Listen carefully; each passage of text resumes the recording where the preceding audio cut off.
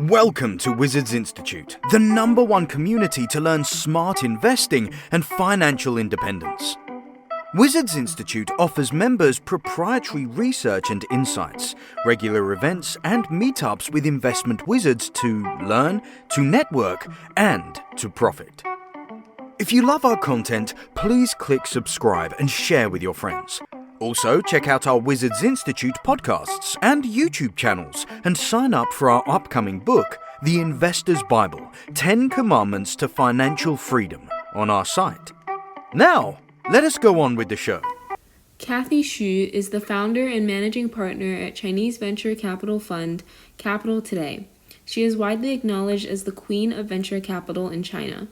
Named one of 25 most influential people in Asia by Businessweek in 2004 and one of Forbes' China Top 10 Venture Capitalists in 2008, 2009, and 2011, Xu also broke into the top 10 of the Forbes Midas List in 2019, highest out of the 12 women investors nominated. She made Forbes Midas List again in 2020, ranking number 14 globally. After university, Xu honed her management and investment skills at Bank of China, PwC, Peregrine Investments, and Barings Private Equity Asia. While other investors shunned the venture, Xu invested $10 million in Chinese company JD.com, helping grow it to one of the largest e-commerce platforms in the country. When JD IPO'd 8 years later, her fund stake was worth $2.6 billion, a 260x return. Xu has also turned ventures into gold in many other firms like NetEase, Meixian-Dianping, CTrip, Zhihu and Tudou, all market leaders with billion-dollar valuations. I went to Hong Kong in 1992, was pretty early. And in Hong Kong, I joined Pricewaterhouse. I worked there for 3 years as an accountant. And then spare time, study, take the exam. So the professional exam. So I become qualified after 3 years. And then I joined Peregrine and joined this direct investment group. And I was very lucky. The first investment I participated is a company called Wahaha. It's a beverage company. When we made the investment, the company was like 300 million revenue, 30 million profit. And this founder, Mr. Zhong, he went to Paris and he said, oh, in Paris, people drink bottled water.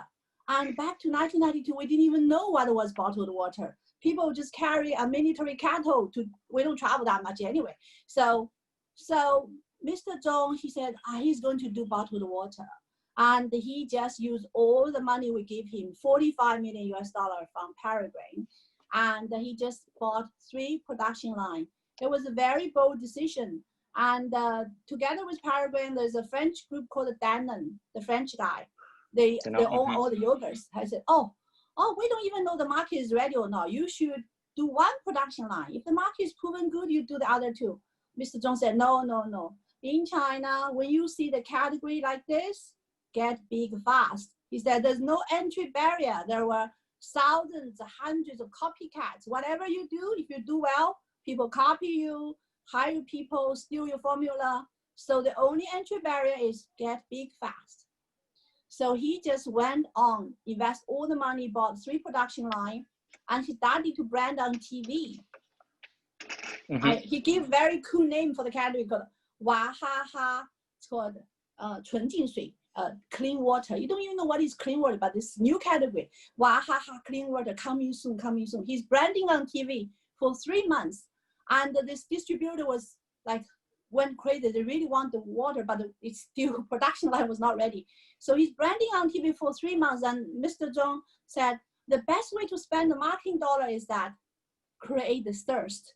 They see the ad, but they couldn't buy you. That's very good. So that's the most efficient way of using a marketing dollar. I learned a lot from him. Yes. Kathy, do you think Elon Musk learned that marketing tactic from Wahaha? I don't know. Yeah. That I know it's called hunger marketing. Anyway, but Mr. Zhong was very good. I learned a lot from him because with this brand, Wahaha, he actually created a whole new category called bottled water in China. And with that, he started to do bottled tea and then bottled carbonated drink. So I think what I learned from this whole thing is that there are a lot of category opportunity in China because of evolving middle class, the changing lifestyle. There are category opportunity from 0 to 100. So, and another thing I learned is that once you have the brand and distribution channel, you can add SKU. We started with a very simple fruit milk for kids, and then we add bottled water, we add the bottled tea, then we add carbonated drink. And I also learned something from Mr. Zhong is that he said, Chairman Mao's theory, from the villages to the city. He started, because when he do carbonated drink, Coca-Cola and Pepsi Coke are already quite big in tier 1 city. They're selling through this hypermarket called Walmart, Carrefour. But back then, Walmart and Carrefour was not even in tier 2 city, not even, let alone all those lower tier city. So Mr. Zhong started with a lower tier city. Between the villages and the cities, we call town and counties. And his name is Actual Coke, Chinese people's own Coke. So all these mom and pop guys, they own the stores. They don't even know what is Coca-Cola. They never drink Coca-Cola. They thought, oh, Actual Coke is Coca-Cola. So this another thing I learned is that you can start with a lower tier city when there's no competitor, that you can build a brand and then going up. So I was very lucky. The first deal I was involved in this brand company. So working for Peregrine for like 3 years, and I joined Baring Asia. I worked there for 7 years. I think my career started to take off at Baring because I was the first hire, probably the China person, if you will. And then I made about 11 investment, pretty good, decent track record. So after working Peregrine 3 years, Baring 7 years to 10 years, I kind of wanted to build my own company. So I started Capital Today in 2005. And I remember when we started Capital Today, we had this East Mountain meeting near the lake. And I and my colleagues, my partners, we had a 3 days meeting where I map out the blueprint for the fund. And I said, we want to build, so our vision is build business for China. And we have to believe, we believe in power brand, we believe in power branding, and we believe in power compounding. And we have the strategy. And we did have a lot of debate. I think the DNA of the firm is very important. It's decided basically by the founder. And I printed a blueprint. And we did have the debate. One of my partners was saying, oh, we're in the business of investing. It should be maximized return. I said, no. I want to do something bigger than money. I want to build #1 brand. So our vision is build business for China. I build help entrepreneur build #1 brand. And so ever since then, our strategy never changed. The LP keep on telling me, Kathy, you told me exactly the same thing 10 years ago. We're very consistent. We never change our strategy. Yeah, Kathy, I remember when you launched Fund 1, it was touted as a China consumer fund, right? It really focused on brand building, and that has not changed. At the time, besides being this is China niche consumer branding fund, what was did you have a set of investment principles or a set of processes that you had in mind, or is it, and has that evolved over time? Can you kind of talk us through that? Right, we do have our strategy, which was mapped out in 2005, and we have our DNA, and it didn't change. Okay. In terms of investment strategy, we focus on middle class consumers. We focus on fast-growing, we call the fast-growing companies. And we call it, we have like 3 weapons, hands-on with 3 weapons, and then we are very long-term. So we have 3 focus on middle-class consumer, focus on 3 weapons, value add, and we focus on long-term. Maybe I elaborate a little bit. For China, because a lot of insights we got is from the consumer study. Just to give you an example, we invested in 3 Squirrel. This is a brand created on Taobao. When we made investment, the company was just set up for 6 months. And I met the founder. He's a marketing genius. I met him for 3 hours, and then second day we went to see his company. Next day we signed the term sheet, and I just feel he's a marketing genius. But we did do a lot of work. We called customers. We called 300 customers. Each call is about 45 minutes. I personally called 70 customers. That one-on-one customer call give me a lot of insights. What I learned from that is, because we invest in JD. I'm a strong believer of JD. I feel like Taobao, those people are very price sensitive. They don't care about the brand. That's my thought, which was actually not true. When I called the customer one by one for Squirrel, I realized a couple of things. Number one, they care about brand for food, at least. And the way they make decision is that, first of all, Squirrel becomes so popular is that they have a very good name. Great companies start with a great name, the good names. Three Squirrel, very easy to remember, nuts and stuff. And secondly, they have this cartoon image of three squirrel. It's very easy, very friendly. And the founder it's a small company, but they have like 100 people doing customer service. And he said, I want to pamper customer. I want them to be sweetly surprised when we receive the parcel. So he has a lot of sort of small things to make them like wow, they have the wow experience. For example, when you receive the parcel of courier, what you're looking for is a Caesar, right? So he attached the opener for you. Because of that, a lot of people steal our nuts. So people, we should not give this. But the founder said, we have to do it. Even though that means we have more loss rate of 1 to 2%, we still insist doing this. And then when you eat the nuts, what's your pain? The pain point is that, I need to find the tissue, clean my hand. I need to find the baggage, put the wastage. I need to have a clip because otherwise the remains will become wet. So he has this small thing, it's all for free. So when the customer receives this parcel, they have this wow experience. They're so excited, so immediately share with their colleagues in the offices. That's how they have this words of mouth. But when you are small, the words of mouth doesn't carry you very long because the base of the consumer is very small. And they also start to brand on Taobao. And then I learned the decision-making process of a consumer. They do, first of all, they will look at the reviews of the customers. Secondly, they look at the sales ranking. If you type in nuts, it's like lots of brands. So how do they make the choice? First, look at the review of other consumers. Second, look at the sales ranking. Thirdly, click into your shop and look and feel.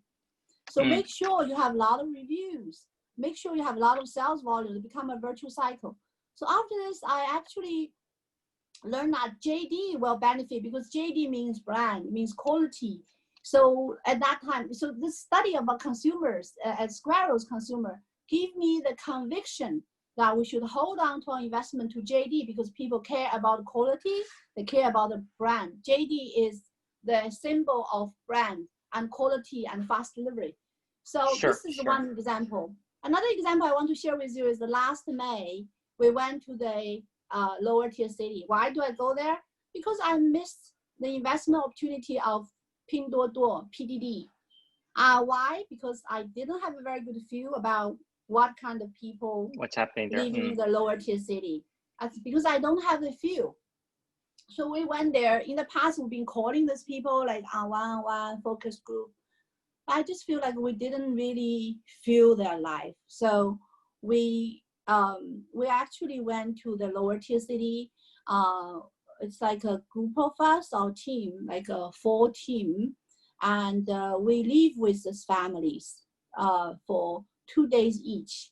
Like tier 2 city, like Hefei, this is the capital city of Anhui, and then tier 3 city, Bengbu, and then tier 4 city, Guzheng, and then the villages. So 4 families, we live with them, each family 2 days. I follow his mom. So she will go shopping and in the morning, send her kids to the kindergarten and then come back cooking. And then we also do focus group with this lady and her friends, and also interview their parents, normally live with grandpa, grandma. So it's like very intensive. I just feel like I live their life. 4 different families, 8 days, very intensive. Okay. And I got an eye-opening experience of that. The first learning is that they do not have a lot of money. People talk about consumption upgrade. Actually, when you don't have money, how can you do upgrade? Consumption upgrade only applies to people, maybe 200 million, 300 million, those white collar people. They can have the money for consumption upgrade. People like I lived with, they don't have money. So there's no upgrade. And they spend a lot of their money. They save. All their savings end up buying the flat. Because if they live in the villages, there's no good elementary school. So when the kids go to the elementary school, they move to, so you know the lowest is village, and then you have the town, then you have the county, then you have the city, right? So when the kids grow up, they have to go to the town. So that's the time they have to buy a flat in town. That costs all their savings, basically. And the kids go to high school, then they have to do the counties, then they have probably buy another flat. So all their money is spent on properties. They don't have a lot of money. The consumption upgrade for this young lady, she said, is that, oh, I used to buy my skincare offline. I buy face washing, and I buy a night cream. I don't have money to buy the softener. And consumption upgrade, that means, oh, I no longer buy from offline. I'm buying from Taobao. It's much cheaper. So I can buy one more thing. So for them, it's very calculated. And you have this impression of consumption upgrade because the people you meet are the white collar people, lawyers, bankers, a consultant, white collar university grads. Like our prime minister just said, there are 600 million people with monthly salary, monthly income below 1,000. That's why Pinduoduo is growing so fast. That's why our portfolio is growing so fast. And so that's the first takeaway. They don't have a lot of money for consumption upgrade. They need to buy stuff, no branded stuff. And second takeaway is that offline guys are losing the market share. I think they will continue to lose the market share. That means e-commerce, people like Taobao, JD, and Pinduoduo will continue to grow. The super platform will become even more powerful. If you look at it category by category, first category of penetration is electronics, over 50%, higher than US. Second, apparel, over 50%. And then for food and beverage, about 20-ish%. And fresh grocery, only 4%. And that's our sweet spot. So we put a lot of money into that category. We bet on the last category for e-commerce penetration. And fresh grocery is about 5 trillion RMB market size. Then you do it together with daily, we call it 日用百货, like a dry grocery. Fresh grocery normally wet, and this is dry. And then together it's 10 billion. And I can tell you the market player now is like 80% dominated by wet market. These are the mom and pop guys. And they're losing the market share. And then 10% dominated by, it's about 16% dominated by hyper supermarket like Walmart, Carrefour, Artimart. There's only 4% by so-called new retail e-commerce guy. And we feel like the new retail e-commerce guy, they will take over the world. They will grab market share from mom and pop, and they will grab market share from hypermarket. And it's fast growing, 5 times year-on-year growth. It's wonderful, yeah. So Kathy, that's a lot of great info. So coming back to sort of how, just for the folks that are coming in, I think every Chinese here know that you can't live in China without really touching one of your portfolio companies. Whether it's a CTrip, the largest travel company, whether it's Dianping or JD, what you've invested in, not just unicorns, really decacorns. I mean, there's just so many, right? It's not an accident.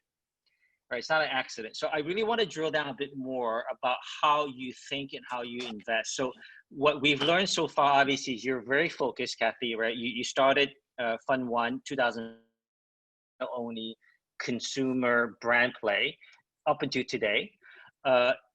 Despite your status, you're still doing your own homework. You make your own phone calls because you want to be close to the market. So we got that. What else? I mean, I read, for example, you had said somewhere in one of your interviews about really long term, right? Your fund is evergreen. It's like a 28, 30-year fund, not 10 years fund. You also mentioned that you don't sell the winners, right? You actually keep the winners. So can you give us a bit more about what other philosophies or rules that motivates you to invest, that kind of makes you stand out from the thousands and thousands of other fund managers out there in China? So again, we said a few.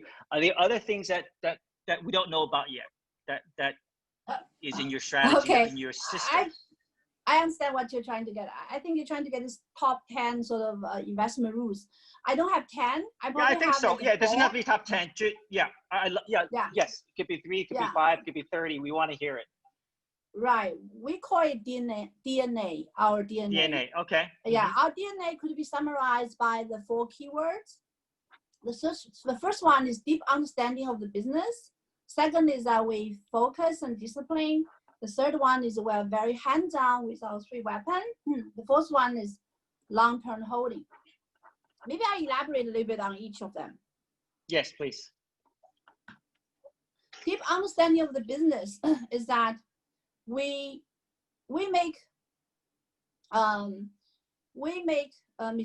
made a lot of mistakes. I learned from my mistake.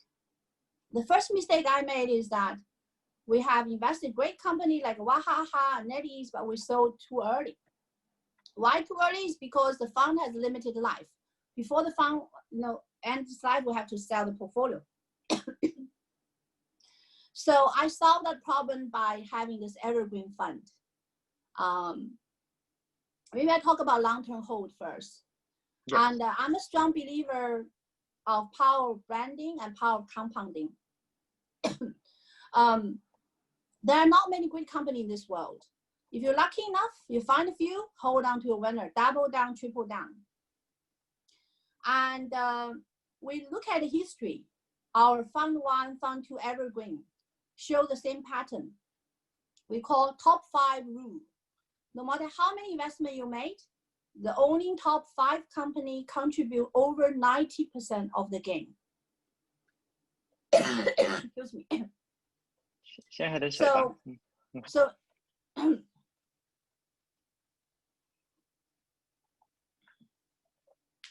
So the key thing is that hold on to a winner. People say, oh, why don't I just hire more people? I can invest in more companies.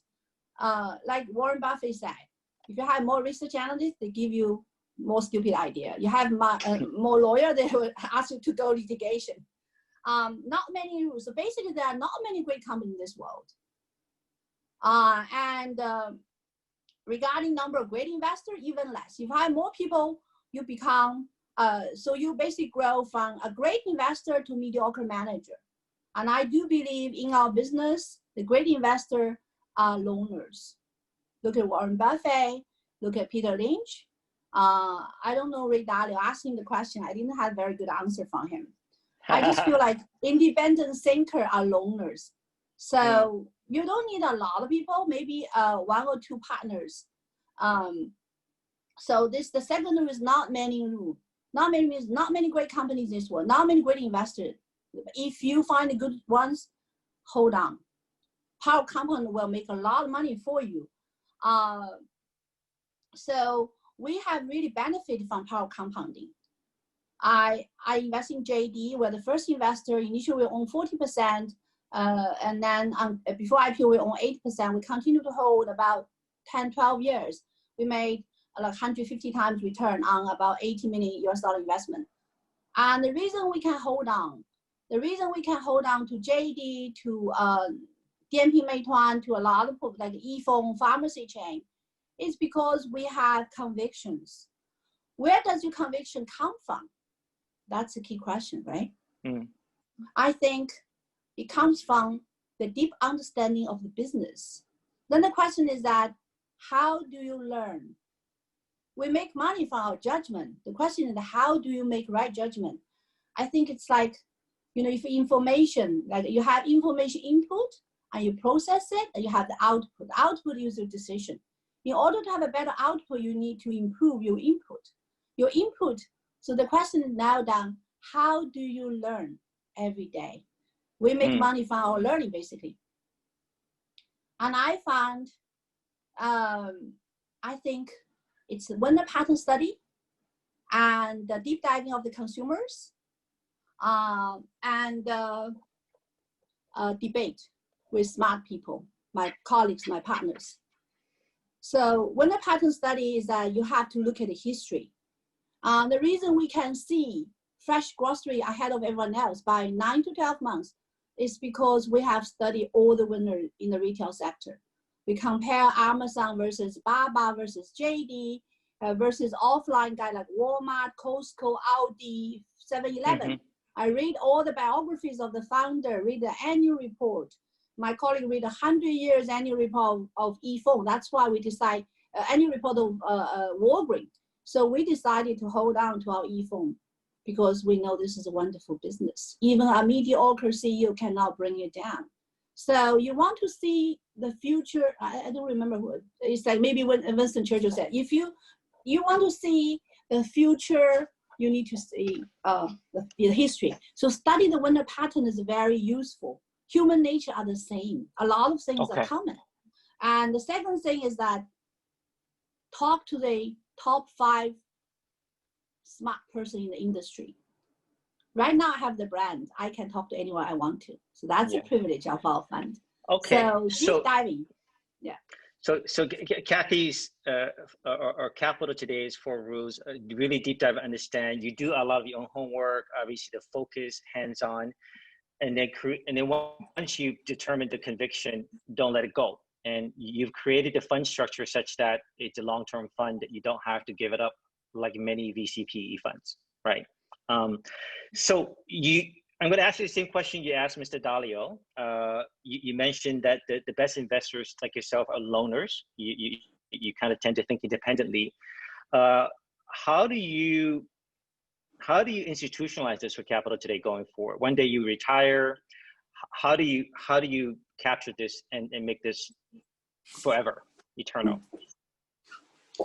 Again, same question that you asked Mr. Dalio. I hope I get a better answer. Right. Thank you. I actually don't have a very good answer. If you ask, Warren Buffett, he's such a great investor. You made so much money on him, and now he's getting old. And I think Charlie Mungo's answer is pretty fair. He said, if you ask the same question, what if Warren Buffett dies? And well, he has been living for so many years. He has been making so much money for the people. We should be grateful. We should be happy. So, well, I just feel like that's why I didn't buy Warren. I'm a big fan of Warren Buffett. I'm a believer of Warren Buffett. I actually just want to live the way he's living. Dancing to work, deal with people he really like. And it's just wonderful lifestyle. He's my role model. I read his annual report like a priest read the Bible. I just read his annual report again, this coronavirus from 1956, year by year. I read all of Wow. Yeah, okay. It's great. It's like, because it's a very lonely business. Sometimes you feel like we're very lonely. And then reading his annual report is like talking to an old friend. You feel very comfortable. And also, I just amazed that at the age of 20-something, he already figured out the power of compounding. Age of 20-something. It's amazing. And everything he said, it just makes sense. I have a lot of questions. I have a lot of questions. And I need to consult somebody. Of course, I can only read his book. And I just got a lot of answers from his annual report. Great. So that's really wonderful. Yeah. So Richard Russell, who really was one of the first to push the power of compounding, is also in our book as one of the wizards that really promoted the compounding idea. So I'm glad you mentioned that. I was trying to find a report, Kathy. I read a report many years ago that did a study on Berkshire's returns, which obviously are amazing, versus, let's say, the top VC funds like a Sequoia in Silicon Valley. And the gentleman that did the report said that Buffett actually investment style wouldn't be that great. Okay, the returns would be that great if he bought and sold. which meant that every 5 years, 6 years, 7 years, like a fund, typical fund, he would sell it, kind of some bank, pay the fees, and come back in, as opposed to compounding. And so the conclusion from that report was really, without the power of compounding, this long-term whole structure of a Berkshire, he's just a good, not a great investor. Do you agree with that? I couldn't find a report, but I'm just curious how much of your returns, Zhanglei, Hill House returns, and Berkshire's returns are really from this ability to hold this forever, long-term, let it compound, versus really having a genius eye that nobody else has? I think that's a very good question. I'm actually thinking about that all the time, because sometimes my LP will call me, Kathy, no pressure, are you going to return some money to me?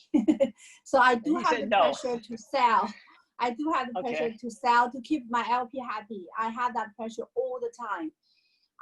But I just feel like, first of all, depends on the company. If you look at my own track record, I strongly believe in power of compounding. If you look at the fund one, we have $280 million US fund. It's a 10 times return net IRR 40%. And out of that company, we made 11 investments, like 3 investments really nailed it. Number one is JD, and I hold it for a long time, 10, 11 years.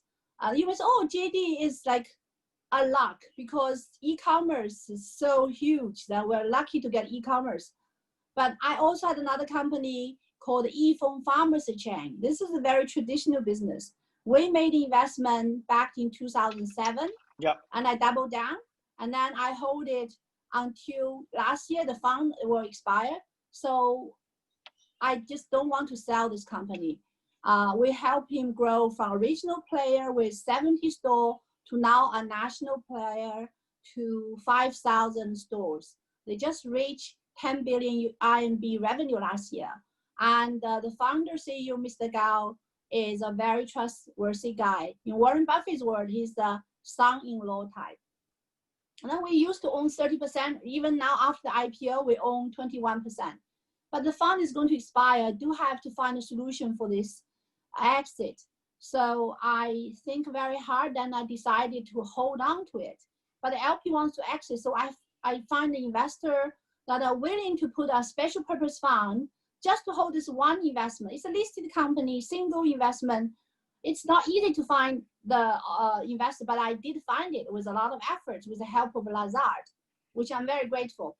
So I tell you one thing, after we invest in this pharmacy chain for about 2005, after 11 years, that $30 million become $400 million, which is not bad. My carry is worth $60 million. But I just feel like this is Walgreens of China. How big is Walgreens? Walgreens is $60 billion. How big is eFeng? It's only $4 billion. So I believe it will become Walgreens of China one day. It's a conviction. Where did our conviction come from? Because I'm sitting on board for 10 years. Every year I saw how they solve the problem. Oh, train up the store manager faster, find the size selection, use the formula, all kinds of operation improvement. And I also feel like the founder is very fast learning. So we decide to hold on. So I give LP the choice. If you believe this is the Walgreens of China, follow me, hold on for another 10 years. If you want cash, we will find you the buyer. So 75% of the LP choose cash, 25 followed me and roll over our investment into a new vehicle. Then we're going to hold eFeng for another 10 years. So I can tell you the past 2 years, they've been growing wonderfully. If we made $400 million after holding this baby for about 11 years, I can tell you last 2 years, we made another $600 million. Just one decision. Wow. One decision. Wow. Okay. That's a power company. The thing is that when the size grow bigger, every year its compound impact is huge. I really feel it because of eFeng, because of JD, because of Meituan. All this portfolio started even because of Squirrel. We made investments. It's a 6-month-old baby. Now it's making 10 billion RMB revenue. It's still growing about 45%. So back to the power of compounding. Then you divide that. Number one, the growth rate. Number two, the number of years of growth. The number of years of growth. So I think sometimes grocery, even 20% for 10 years is wonderful. But in China, a lot of growth in early stage is 40%. Initially, for first 5 years, 40, 50%, and then maybe down to 20-ish%. For us, what's the time to sell? If it's over 25%, I hold on. If it's below 20%, I will consider, because there's an opportunity cost. It all boils down to your conviction, number of years of growth, how certain is that, and then the growth rate. So I think in China, there's still a lot of categories are growing over at least 20%, more like 30-40%. Like e-commerce is growing 20% as a whole. Yeah. Great. Kathy, you talk a lot about super platforms, and looking at your portfolio, obviously you've picked some amazing super platforms, right? Looking forward, not 2 years, maybe 10, 20 years in China, but maybe even outside of China, where do you see sort of the next verticals or categories of super platforms, or just the next massive conviction that we as your students should be aware of? What gets you excited right now? Where's the next JD, the next CTrip, the next Yifeng? Our investment theme are like three things. Like, first of all, super platforms are very valuable. Secondly, the new retail are taking off fast. The third one is new brands are beating the old. These are three investment themes for our evergreen fund. And it turned out to be pretty good. The first one, super platform, very valuable. I think the main reason is because consumers do not want to have so many app. Why? We say, why don't you just download 3 app in order to compare price? Because they don't remember so many passwords. So after a while, they're just like one left. So the most frequent used app for transaction is less than a dozen. If you're one of the dozen, you are very valuable. If you're not one of those, it's impossible to create another super platform, because the acquisition cost right now, each consumer is about 100 to 200 yuan. The definition of super platform is 100 million DAU. That's a huge amount of money you need to invest. That's number one. So sorry, Kathy, can I just pause, because just for the listeners that are not in China, I mean, all of us in China know, for example, a super platform is WeChat, owned by Tencent, that essentially app within the app, everything you can live your life inside WeChat, right? And there are a few cases like this. There's fewer super platforms like WeChat in the US, although obviously Facebook's of the world trying to do that. Can you elaborate a bit more on, for an entrenched market like China, where there's so many, they're so dominated by a few super platforms, how do you find them and how do you angle in so that you, as a startup, you eventually become a super platform? Can you give an example of something that you're looking at or that you see as an opportunity? Maybe TikTok first of all, the definition of super platform is that you have 100 million DAU. Or 100 million active user, I would say, active user. And the reason they are very valuable is because, of course, they have network effect. So the networking effect make it a domineering player, it's monopoly. Another thing is that because they have all the data, all the consumers, then they have the algorithm. The algorithm also create monopoly. That's the second reason. And the third reason is that being a super platform, you can add things. I say they can grow flowers on it. They can add one more flowers. So they become even more frequent. And for example, one example is Meituan, because I saw them grow from small player to such a big super platform over the past few years. And initially they started group buy. It's like a copycat of group buy in the US. But I think the founder, Xinwang, he's a very smart person. I call him deep learning machine. He studied group buy and he did better by launching this CCs, like 3 high, 3 low. And then he basically, because Groupon charged about 40% take rate, he only charged 4%. So all the merchants love him. with all the merchants, and he get customers. The customer and the merchants is self-fulfilling network effect. So he's doing pretty well. And there's like used to be 1,000 group buy player. And why at the end it's Xin Wang who win all the battle. Even he beat Dianping, which is my portfolio. Why he managed to do that? Because he has a 3 high, 3 low. He really had a deep understanding of the business. And also he really treat customer nicely. He's the first one who offered unconditional refund. He's the first one who insists that very genuine original price. So he did all these things, and then he became number 1. And that didn't stop. He didn't end up there. Then he started another business called delivery. And I saw him beat Ele.me. Ele.me was the first guy. I was looking at Ele.me, trying to make an investment in Ele.me.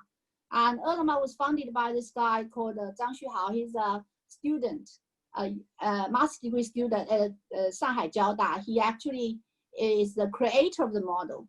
He, he liked to play computer game. When you play computer, you don't want to go out, so he ordered a lot of delivery. One piece of menu from this restaurant, from that restaurant. He said, this is not very efficient. So he said, I'm going to develop software that you can order on the internet.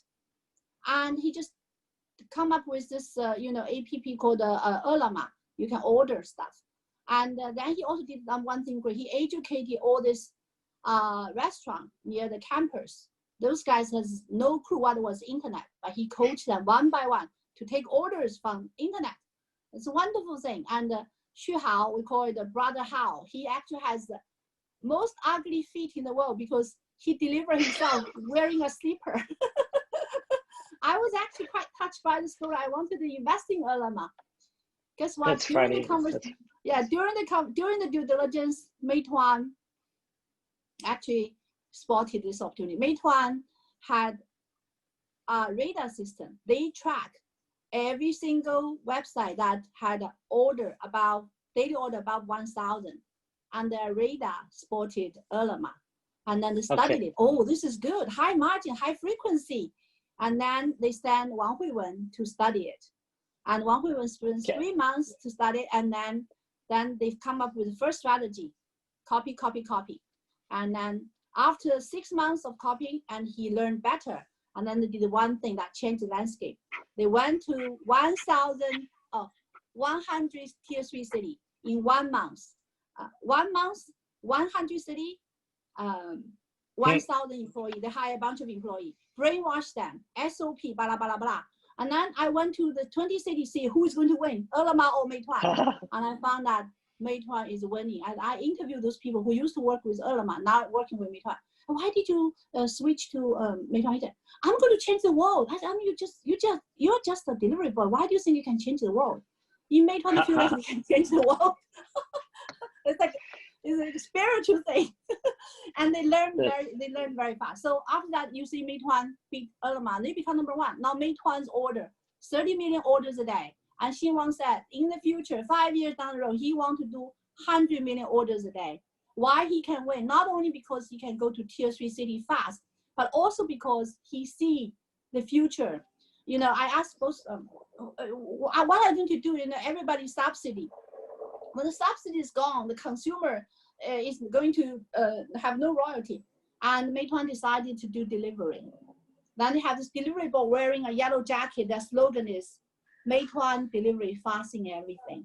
And they promise you half an hour delivery, and they will take away your garbage and throw it for you. What a nice service. So this is how they win the game. So you see, from group buy, they actually launched delivery, and then they launched travel.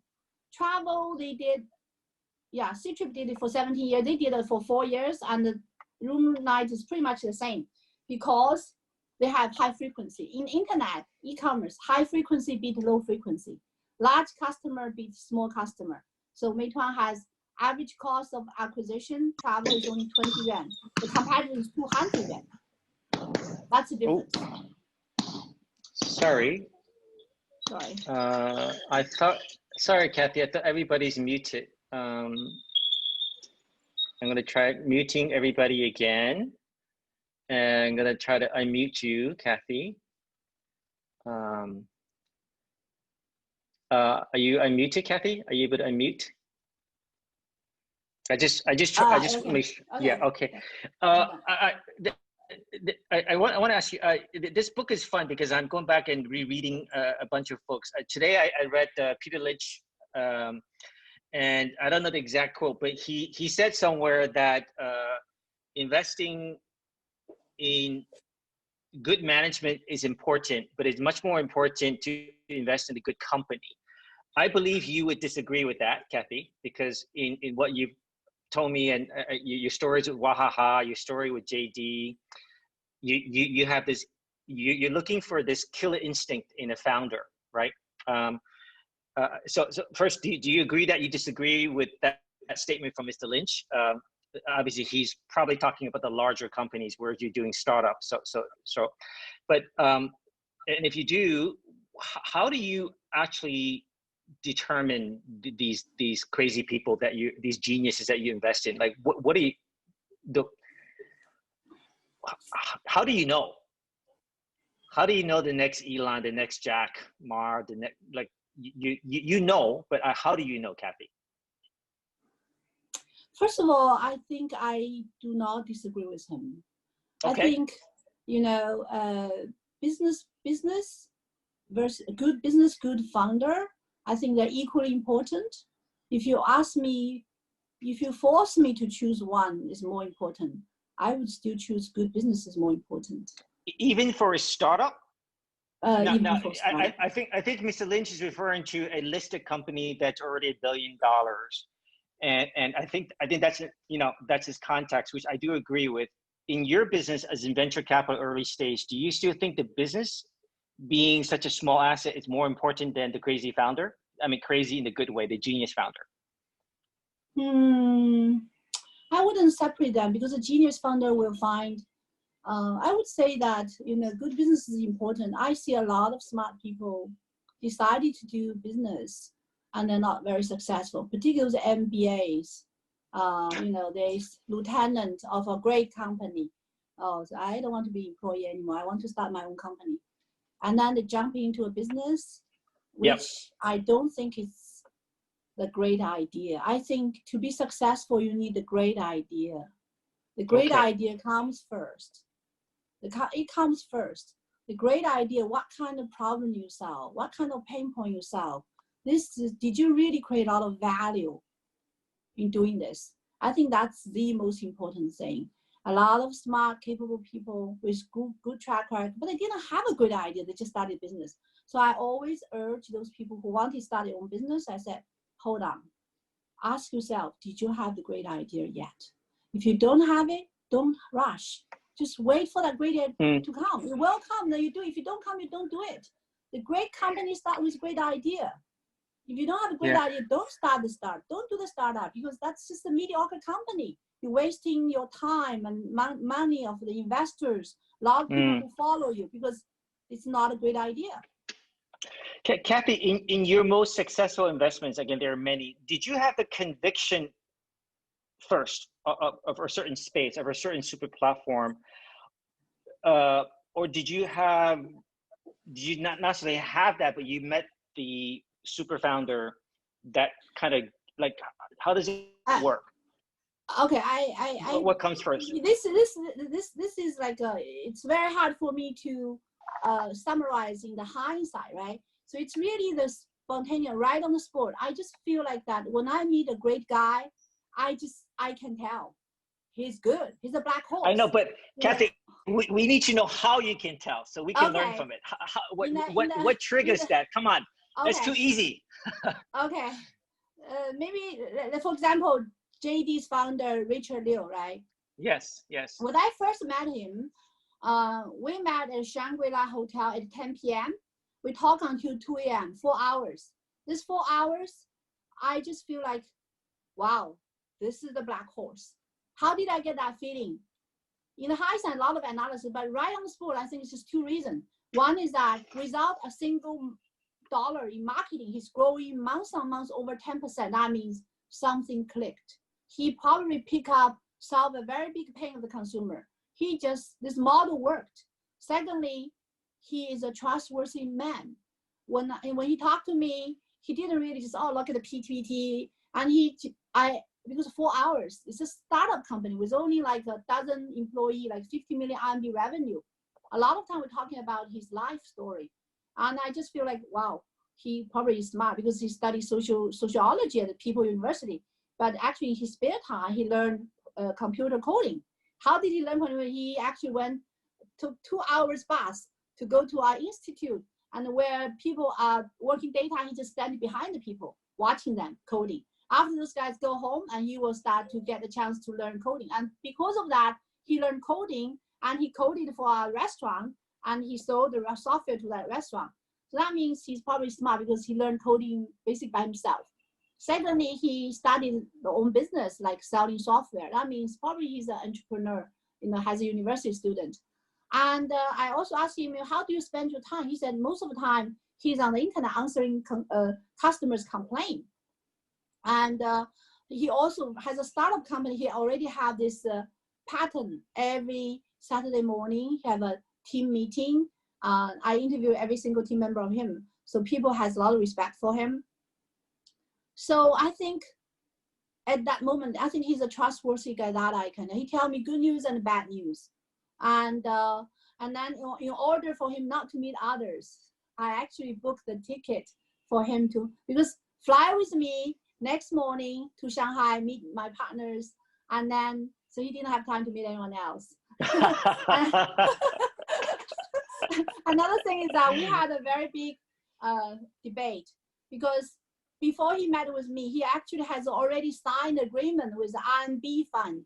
The RMB fund signed agreement to invest in JD for 5 million RMB, but after 1 million, they actually regretted because they said, wow, this company was lose money all the time. It's a state-owned RMB fund. They couldn't bear to see losses, so they kind of stopped the funding for the rest 4 million. And that was the time he met with me. And the first time I met with him, I said, how much money do you need? He said, I want $2 million because the RMB fund give him 5 million RMB. It's like less than 1 million. He said he already doubled the amount. And I said, 2 million, not enough. Get big fast. I told him what I learned from Mr. Zhong. When the category opportunity comes, get big fast. So I give him 10 million. He was like, oh, feel a lot of money, because back then we're a very small company. He feel bold and courageous. And I said, I think we did the first right thing is that he want $2 million, we give him $10 million. And he feel bold and courageous. He used the money, did two things: expand the category, and then build a distribution center. That's two very important strategic decisions. The idea was all Richard, but we give him the money to do that. Second important thing we did is that we set aside 18% ESOP. I told Richard is that, startup company, what you need most is not money, you need talent. But the thing is that about talent, why do they work for small startup? Either they work for multinational for big salary, or they work for themselves. Why do they want to work for startup for salary? The only way to get them is to share the wealth. And I said, we will set aside 18% ESOP, but this is not for free. We set a target. The target is growth for 4 years at a loss. The 5th year, we will be profitable.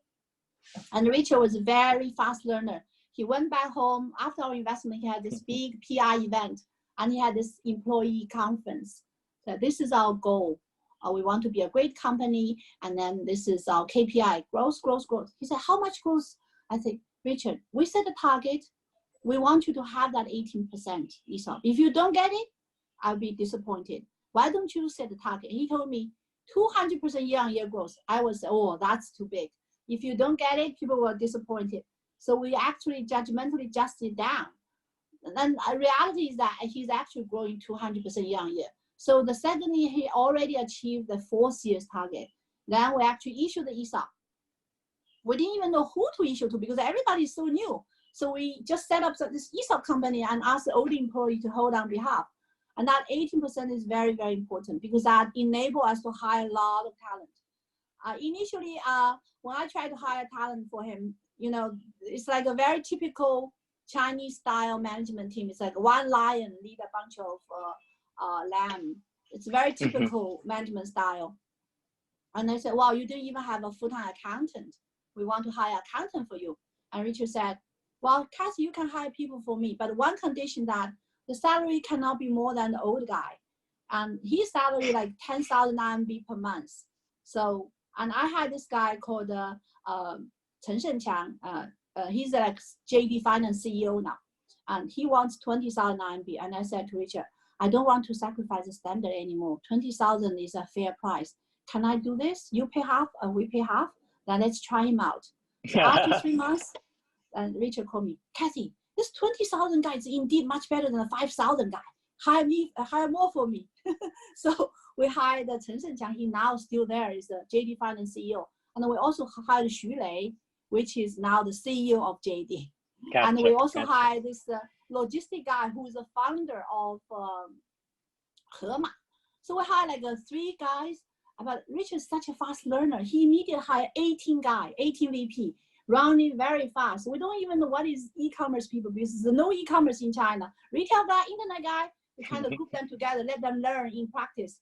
So the second important we did is that the 18% ESOP and hire the people. The third thing is the price war. When we did it very well, and then New Egg launched the price war. Whatever we sell, they sell 7% cheaper. Our gross margin is 5%. That means those guys are losing at the gross profit margin. Then suddenly our growth stopped. We used to grow 200% a year, and it suddenly becomes 70%. And hey, what's going on? Why slow down the growth? Oh, those guys are crazy. They're launching the price war, blah, blah, blah, blah. And the management, we had a brainstorming. The management said, well, we don't want to fight. This is self-killing. It's too much loss. And I discussed with Richard. The thing is that when the category come, you have to get big fast. If your competitor launch the price war, you didn't fight back, they will grow faster. They will benefit from the price war. Then this price war will never end. And then we said we have to fight. Richard feel like he wanted to fight back, and that we fully support, but we don't have money to fight back, so we give them the bridge room. We give JD bridge room 5 times to fight the price war. Initially, New Egg. When we fight back, the good news is that when they're no longer growing with price war, they stop the price war. Initially, New Egg, and then Amazon. Amazon, if they continue the fight, we will lose all the money. But they didn't. They are very rational. Everything is data driven. And then fight 3 price war, and it was like very eye-opening experience for us. So the price war, you have just to, gather all your strengths and fight back, and control the growth of a competitor. You don't let them grow.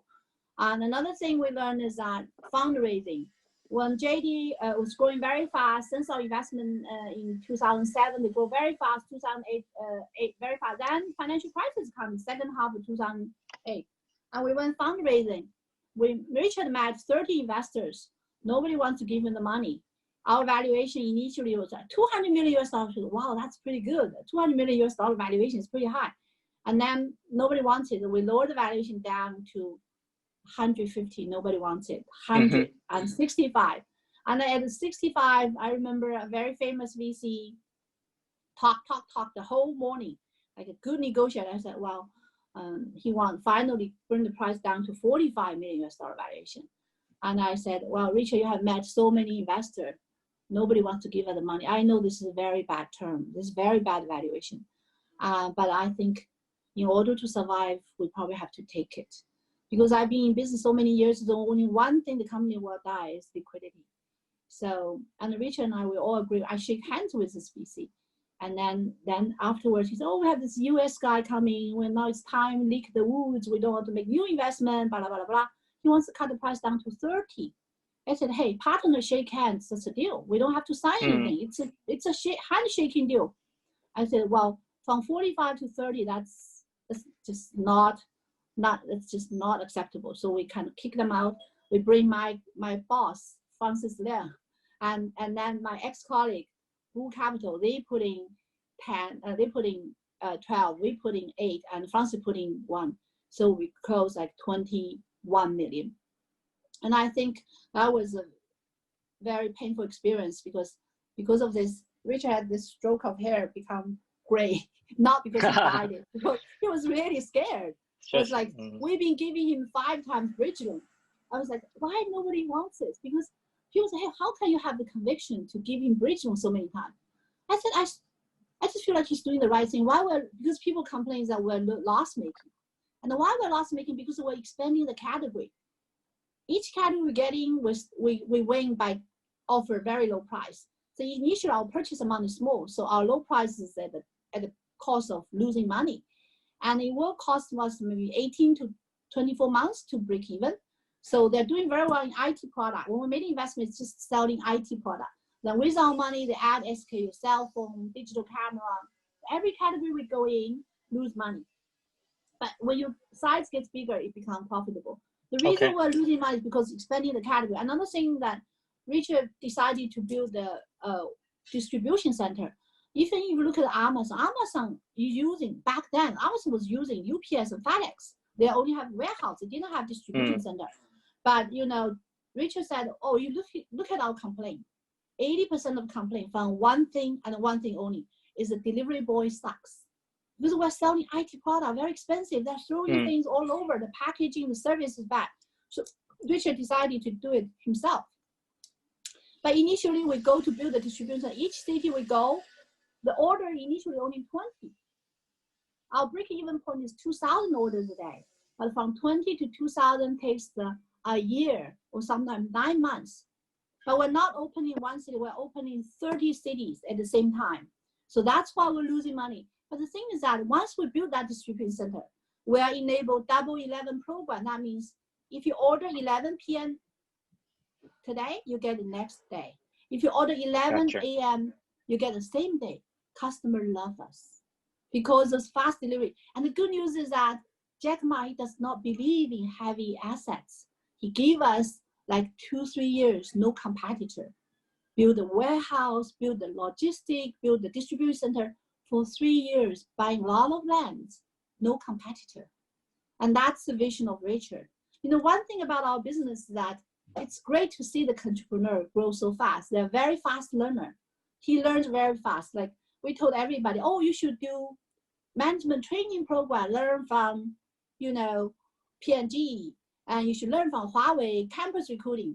JD did it all, and he's very efficient. He just did it faster than anyone else. Yeah. Okay.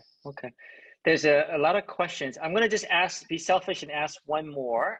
Kathy, you made an investment in NIO, N-I-O, which, you know, they say is a Tesla of China. I myself am have been a huge fan of Tesla. I think similar to, I think it's a super platform play. It's really not a car company, right?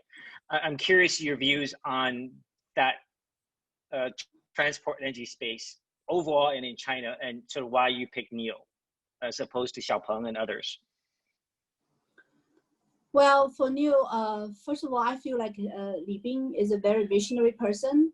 He is a great product manager. He always just have the best view about how to position his product from car to mobile. He's a founder, basically. I think he has very good vision about getting the new innovative product.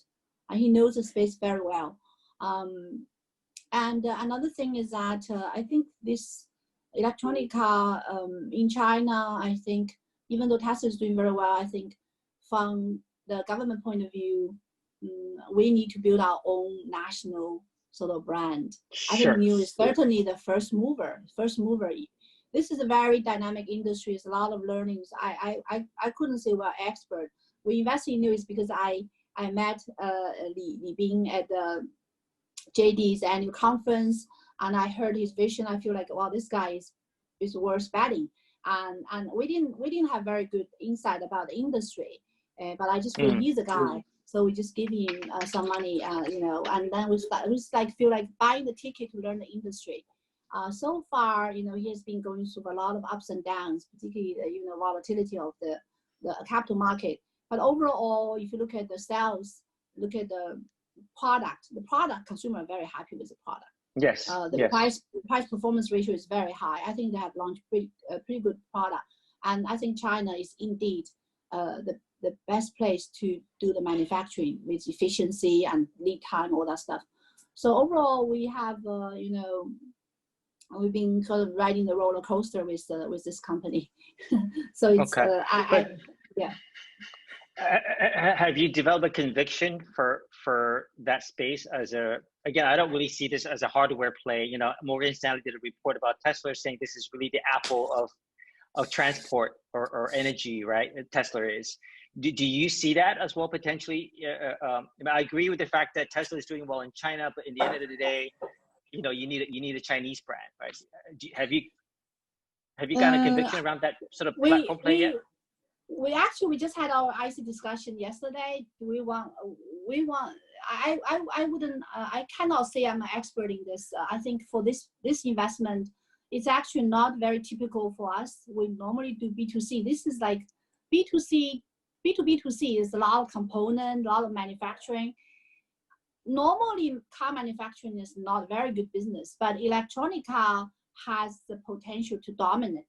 The definition of good business, I believe, is consumer monopoly, right? Mm-hmm. For cars, you cannot have a consumer monopoly. So I wouldn't think car manufacturing is a good business. So a lot of them actually went bankrupt. But for electronic car, it's different. How different, I cannot tell you the answer because we are actually just still in the learning curve. We don't have a lot of insights in this industry yet. Okay. I'm very curious once you get to that. Kathy, wow, we're having so much fun. We only have 15 minutes up. There's a bunch of questions. Let's see. Are you okay staying to 9:30, Kathy? A few more minutes? No problem. Thank you. Yeah. There's a question about your views on blockchain, just as a sector. Maybe we could, if you have an opinion on that. That's an interesting question. You can pick one. Dennis says, Kathy, what is the kindest thing anyone has done for you? That's interesting. Let me think. You want to tackle a blockchain question? I actually would prefer the I want the second kindest question. thing. I want the kindest thing.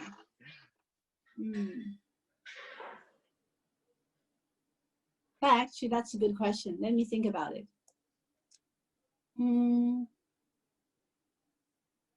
I think my LP believe in me, give me this 28-year fund.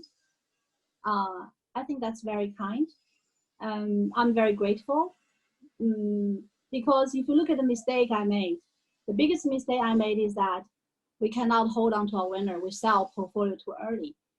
The solution is to have this 28 years fund. Then we can hold on winner for a long, long time. So, but to believe in this is very hard because 28 years. So we developed this 28-year evergreen fund. So we give LP the choice. Every 4 years, they can choose to re-up or redeem or run off. But I think, you know, with this structure, I can hold on to my winner for a long time. So I'm very grateful to our investor because they believe in this. Yeah. No, that's an incredible answer. I think just to put it in context, evergreen funds don't come around that much, especially back then. You were definitely not as proven. You're changing every year, and to have that, it's quite unique, right? There's still very few. I mean, Hill House is one of them in China, and you were actually, I think, before that. So that's a great answer.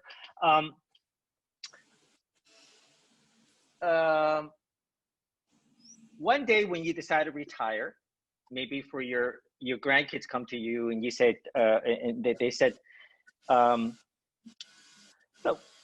I guess let's say, 20 years from now, Kathy, what is Kathy doing? What does Capital today look like 20 years from now? 20 years? Okay. I hope I will be doing the same thing I'm doing right now.